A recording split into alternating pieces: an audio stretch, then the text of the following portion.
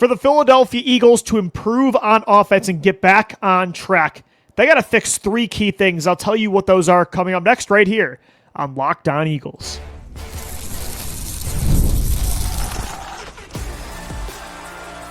You are Locked On Eagles, your daily Philadelphia Eagles podcast. Part of the Locked On Podcast Network, your team every day. We thank you so much for making Locked On Eagles your first listen each and every day. Welcome in, Eagles fans, to this Tuesday edition of the show. I'm your host, Louis DiBiase. You can find us 5 days a week on all podcast platforms and on YouTube as well. The Philadelphia Eagles are 4-1. They are still the number one seed in the NFC after the first 5 games of the season. A get-right game hopefully coming up this Thursday night against the New York Giants to improve to 5-1. We'll see what happens, but they got to bounce back after a very frustrating loss to the Denver Broncos where they dropped a 17-3 second half lead.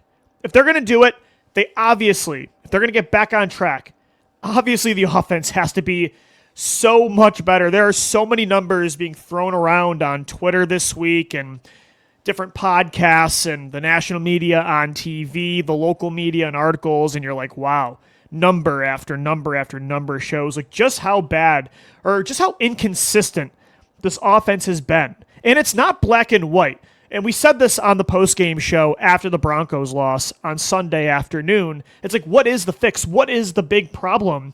It's easier for the mind when you can just pinpoint one or two key things and you're like, just fix that and everything will be okay. But it's gray. It's not black and white. Like, there's a lot going wrong with the Eagles offense right now. But if I did have to chalk it up to three things that are really hurting this football team right now on the offensive side of the football, if there were three things that the Eagles could do to get back on track against the Giants this Thursday and just to get back to who they were on offense a calendar year ago, even the first half of 2023, 2022 as well, the three things I would say they have to fix more than anything right now is they need to get healthier on the offensive line. That's number one.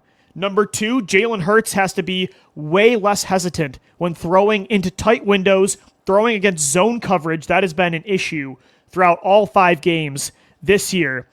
And number three, for me, is that Kevin Patullo has to have a better plan for when defenses adjust in the second half. When they throw a counter at you, you have to have a counter as well. So obviously those are only 3 issues with this offense, and there's more to it than just that. Obviously the Jalen Hurts, A.J. Brown dynamic right now, their chemistry is off, and I think that's hurting this offense. I think getting to the line of scrimmage faster is definitely a problem. The Eagles in 2025 through the first 5 games, since 2021, this offense through the first 5 weeks is the slowest to get the snap off of any team through the first 5 games of the season in the last 5 seasons.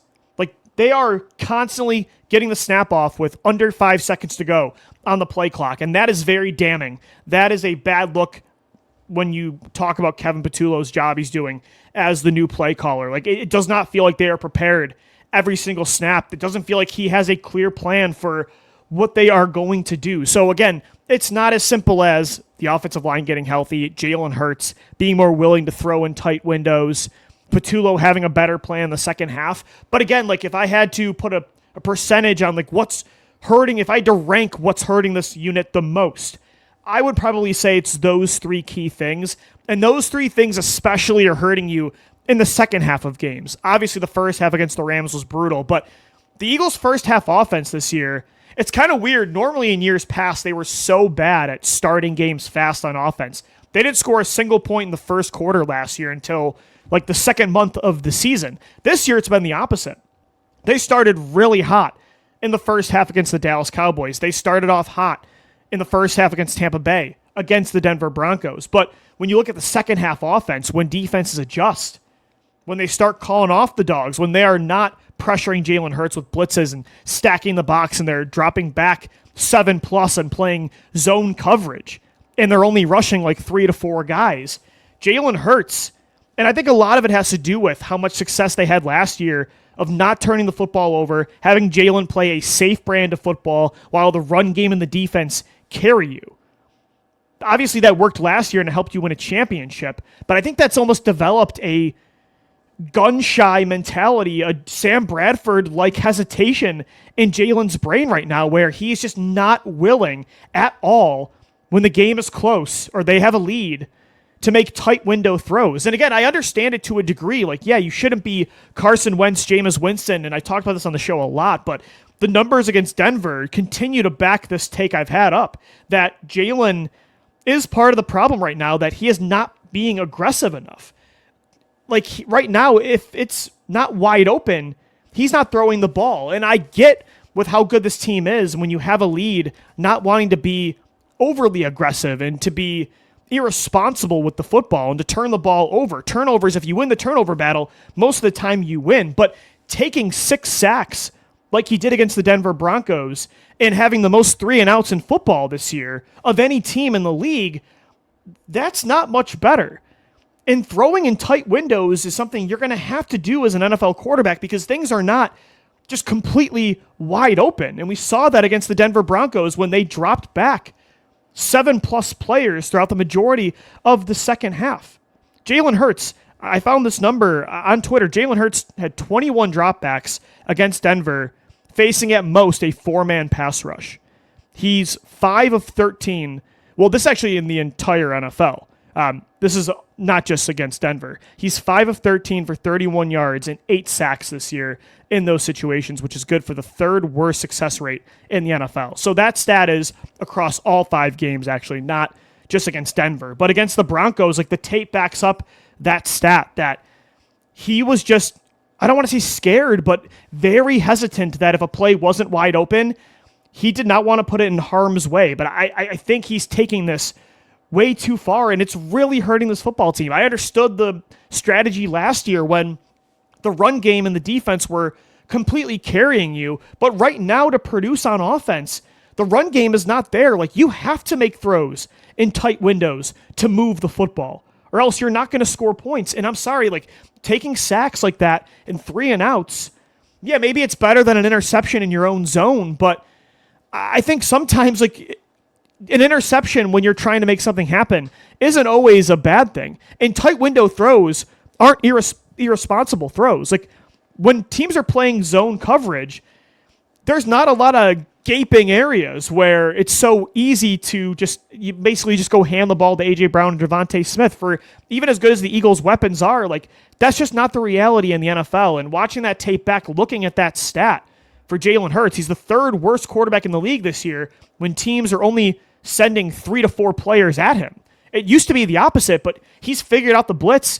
Defenses know it. They know the run game's struggling, so they're saying, you're not going to beat us throwing the ball. We're going to call off the dogs. We're going to kind of spy you with a linebacker and make you diagnose plays in zone coverage and make layer throws and tight windows because we know you're not comfortable doing that. And right now, Jalen is not doing that. So he's got to fix that. Kevin Patullo's got to be a lot better at making it easier on Hurts in the second half. It feels like he has a really good initial game script, which is rare for an Eagles play caller. It just feels like we haven't seen that start off football games. But when a defense adjusts in the second half, it just feels like he has absolutely no answers. And it's being very telling in that stat about the Eagles barely ever getting to the line of scrimmage in time to snap the football when there's over 5 seconds left on the play clock. So I think Patullo and Jalen in the second half of games need to be way more prepared, way more willing to make things happen, way more aggressive. And then the third thing, again, is just like this offensive line has to get healthy. Landon Dickerson suffered an ankle injury on Sunday against the Broncos. He's not going to play against the Giants. He probably won't play for a few weeks. I would honestly shut him down for a month. I think they can get through these 2 games against the Giants and that matchup against Minnesota. You could probably win all 3 of those games, or at least 2 of 3, and be looking at like a 7-1, 6-2 record without Landon Dickerson. Shut him down like you did Nolan Smith and get that guy healthy. Cam Jurgens right now does not look 100% either with that back injury. Saquon Barkley in the run game, there's nothing there because of how banged up the offensive line is. Tyler Steen, I actually thought, had a solid performance against Denver. Lane Johnson and Jordan Mailata are still elite players at tackle, but the interior of this offensive line being banged up from last year's Super Bowl run is really hurting this football team. So after watching that Denver tape this morning, again, there's a lot to what's going on with this Eagles offense, but if I had to say 3 things need to change, It's the offensive line needs to get healthy for the stretch run. Jalen's got to be way more willing to pull the trigger in tight windows, especially in the second half against zone coverage.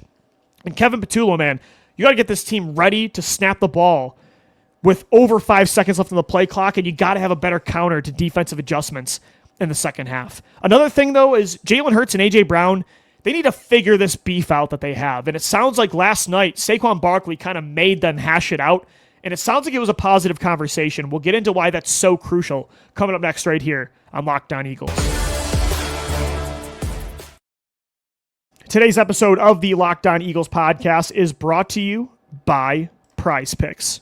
Every day we make decisions, but on PrizePicks, being right can actually get you paid. Don't miss the excitement of this football season with PrizePicks, where it's good to be right.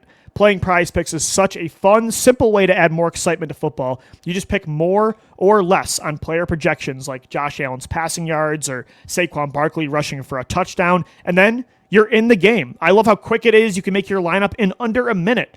PrizePicks just added stacks, so if you want to ride with a player, you can select their passing yards, rushing yards, and touchdowns all in one lineup. Download the PrizePicks app today. Use our code LOCKEDONNFL. You're going to get $50 in lineups after you play your first $5 lineup. That's code LOCKEDONNFL for $50 in lineups after your first $5 lineup. PrizePicks. It's good to be right. Thanks as always for making Locked On Eagles your first listen each and every day. So it sounds like yesterday, Saquon Barkley played mediator to Jalen Hurts and A.J. Brown. Jimmy Kempski reported that Brown, Saquon, and Jalen had a multiple-hour conversation that was a positive conversation. It sounds like they were trying to get on the same page. What's interesting about that conversation last night is that somebody's missing from that conversation. It's Devontae Smith. So what that tells me is Saquon Barkley probably really wasn't a big part of the conversation either. It felt like he was almost the mediator, the guy that initiated this conversation. He's the one that almost like forced Jalen and AJ into a room and said, let's hash this out. Nobody is leaving this room until we figure this thing out. He locked the door from the outside in, and he's making them duke it out. And that really, like, that's a testament to Saquon Barkley's leadership. I mean, I've never seen an Eagle come in this quickly and be such an instrumental leader in the locker room where, like, from the start, a former division rival is one of the best captains I think this team has ever had through a year and 5 weeks of being on this football team. And I think this had to happen because Jalen Hurts and A.J. Brown, I have no idea what happened. And I'm very curious, although I do love that we don't know, because back in the day, like, if this was something that happened in 2017 to 2020, it would have been leaked. Like, an anonymous source would have said something. You know, Carson Wentz used to get these anonymous sources bashing him all the time from inside that locker room. I think it's a testament to this culture that Jalen and AJ have not aired out their grievances to the public, saying what's going on. They've handled everything in-house in that way, and that's always a pet peeve of mine, is when players go to the media, they're shady. And A.J. Brown is like posting these cryptic messages, but he's never done like what Alshon Jeffrey did, where he went to Josina Anderson and just started bashing Carson Wentz, 2 months into the season back in 2018 and 2019. So I do like that, but I would love to know what happened, because these guys used to be best friends. In 2022, when A.J. Brown came in, like, they were inseparable. I think Jalen Hurts is the godfather to A.J. Brown's son, right? I mean, Jalen was at A.J. Brown's house when Brown was drafted by the Titans in the second round in 2019. Like, they were boys. Jalen was the reason that Howie Roseman was able to trade for A.J. Brown, or at least he was instrumental in getting A.J. to Philadelphia. And we know that Brandon Graham kind of accidentally aired it out last year that they're not as close as they used to be. I think you watched that mic'd up video from the Super Bowl where Jalen and A.J. kind of talk after the win and like say, we've gone through a lot together, and, the fat lady's about to sing and they're about to win the game. But you could tell there was kind of an awkwardness there. Like, there's definitely a strain. I don't know if something happened off the field personally, if something happened with business, or if it's just simply put that friends became coworkers. They have differing visions, differing philosophies of what this offense should be, what it should look like, what the identity should be, and they just don't agree. Maybe there's tension there, and just from the passing inconsistencies of the last, 2 years, the whole second half of 2023, all of 2024, this year as well. It's been so up and down. It's been a roller coaster ride since Super Bowl 57. Maybe that's what it is too. I'm not sure. Who knows? Maybe we'll find out one day in a documentary or something. But regardless of what's going on, I'm so glad that they are handling things this way, that they did talk for hours yesterday, because while I don't care if they're best friends anymore, it started to affect their on-field relationship. Like, their chemistry is not the same as it used to be. And the fact that, like, they missed the go-to dagger touchdown against the Broncos, and whether it was because Jalen Hurts overthrew him or A.J. Brown stopped running, normally a quarterback and receiver would talk about, like, the timing of that. Hey, what happened there? So it doesn't happen again after the play. Jalen and A.J. both said they did not talk about it afterwards. And to me, that is a direct reflection of their relationship changing, their chemistry changing. And now it's affecting their on-field performance. So that's when you got to fix it. That's when you know you have a problem. And so this meeting was very, very timely. And I'm glad that they were willing to do it, because in the past, like, that never happened with Donovan McNabb and Terrell Owens. They were not willing to do what Jalen Hurts and A.J. Brown did last night. And maybe they didn't have a Saquon Barkley type to make them do this. But this is so crucial, because if these two do not get on the same page this year, you are not going to come close to winning a Super Bowl. If this ever continues to pile up, if this feud or beef or strain, whatever it is, continues to hurt this team's on-field chemistry too, and A.J. Brown eventually leaves Philadelphia, I got news for you. That championship window, I'm not going to say it would close, but A.J. Brown is a huge reason you're a consistent Super Bowl contender. He's a top 5 reason you've been to 2 Super Bowls in the last 3 years. That will change if he is not on this football team. So they need to figure this out. And contractually speaking, cap-wise, the Eagles would be really hurt on the books if they had to get rid of A.J. Brown. So this meeting had to happen. Props to both of them, but especially Jalen Hurts, because as the quarterback, as the leader of the team, it's especially important that you are willing to go the extra mile and deal with a receiver like this. There's a lot of receivers that have this kind of mentality with A.J., and he's not a Terrell Owens type, but, he posts cryptic things. He gets moody and pissed off when he doesn't get touches, and this has been a thing they've had to deal with A.J. Brown for 3 seasons in a row now. And Donovan McNabb was never willing to deal with it. He didn't want to deal with Terrell Owens. He didn't want to go, Jalen and A.J., I'm not saying they're meeting in the middle here. Maybe Jalen has to go a little bit farther. He's got to go 70% to meet A.J. Brown at his 30. But as the quarterback and the leader, if you want a receiver of this talent on your football team, sometimes you have to do that considering their personalities. And Donovan wasn't even willing to go halfway. He wasn't even willing to meet Terrell Owens halfway. Jalen doing this, and again, Brown is not T.O. I think he's a lot easier to deal with. His mentality and way he expresses his emotions compared to T.O. A.J. Brown's not in Jalen Hurts' ear yelling at him on the sidelines during a game like T.O. used to be. Terrell Owens was a lot. He burned bridges every city he went to in the NFL. But still, this is a lot to deal with, and Jalen could say, forget this. Forget you. Like, this strategy that we are using the past 2 years, it works. It won a championship. And he could call A.J. Brown selfish. He could totally turn this thing upside down, and some people would defend him and justify it.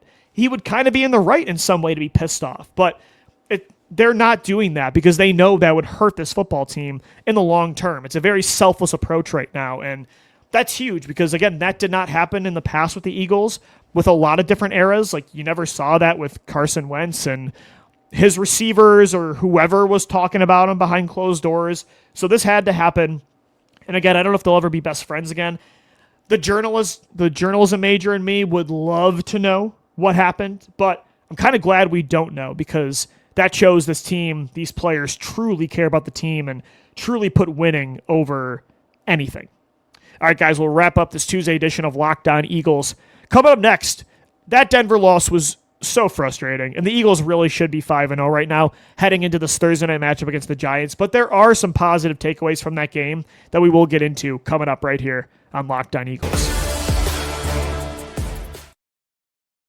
Today's episode of the Locked On Eagles podcast is brought to you by Mazda. Mazda crafts cars for those who do more then simply move. Mazda delivers confidence with every ride, with more IIHS Top Safety Pick Plus awards than anybody else. From footwork to breath work, athletes sweat all the details. Mazda brings the same attention to how they craft every model. You can feel Japanese craftsmanship in every detail, from the metallic accents to available Nappa leather upholstery. You can make everyday drives feel like anything but, from smooth handling to intuitive controls. With all-wheel drive standard in every crossover SUV, you can drive with confidence through almost any season.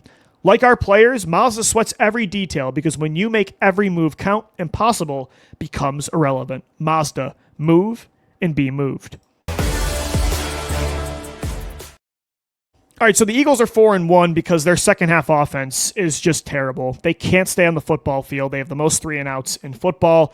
The Eagles in 2025 statistically are the slowest team to get the snap off through the first 5 games of a season since 2021. Like, they are over 70% of the time snapping the ball with under 5 seconds left. Like, that is bad. Almost half the time, there's only a couple seconds to go. Kevin Patullo's got to be better prepared in these second halves. Jalen Hurts has to be more willing to be aggressive. And not even just aggressive, but throw in tight windows. Give his receivers chances in the second half to put games away. Because right now your run game, because of the offensive line's health, is not capable of putting games away. So he's got to be able to do that. And they weren't able to against Denver, and that's why they lost. But I will say there are a lot of positive takeaways from that game.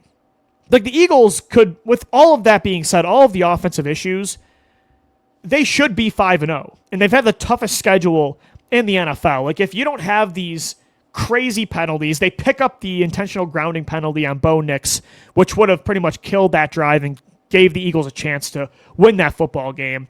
The, I think, bad penalty on Saquon Barkley on 4th down, where Jalen Hurts hit Devontae Smith down the field, that could have set up the game-winning field goal to go up to regain the lead. Zach Bond, I think it was a penalty, but like, that was kind of a ticky-tack call, the late hit on the receiver. It's because he hit him in the head, but you know, that penalty isn't always called. Like, there are a few crazy, weird penalties away from still putting that football game away and being 5-0. And I think you can also look at the passing game from a glass half full perspective, because they were so good in the first half, and they did make enough plays in the second half, even throwing the ball, to put that game away. Like, Jalen did make the throw to Devontae Smith that would have put that game on ice. He did make, like, the play was there to A.J. Brown for the dagger touchdown, and they just barely missed it. Like, there was like 5 or 6 things that just didn't go your way that cost you that football game. So if you want to think positively about that loss, it took a lot for this Eagles team to lose. Even with all the offensive problems they have, it took so much for the Philadelphia Eagles to lose one single game in the last 21 performances that they've had. So I think that's something you can hang your hat on. Jalen did give his guys chances more in this game than in the first 4 games. Like, the Devontae Smith 57-yarder on 3rd and 17, they finally didn't do the coward's draw. The very next play, Jalen gave A.J. Brown a one-on-one chance in the end zone against the best corner in football, and it drew a defensive pass interference call.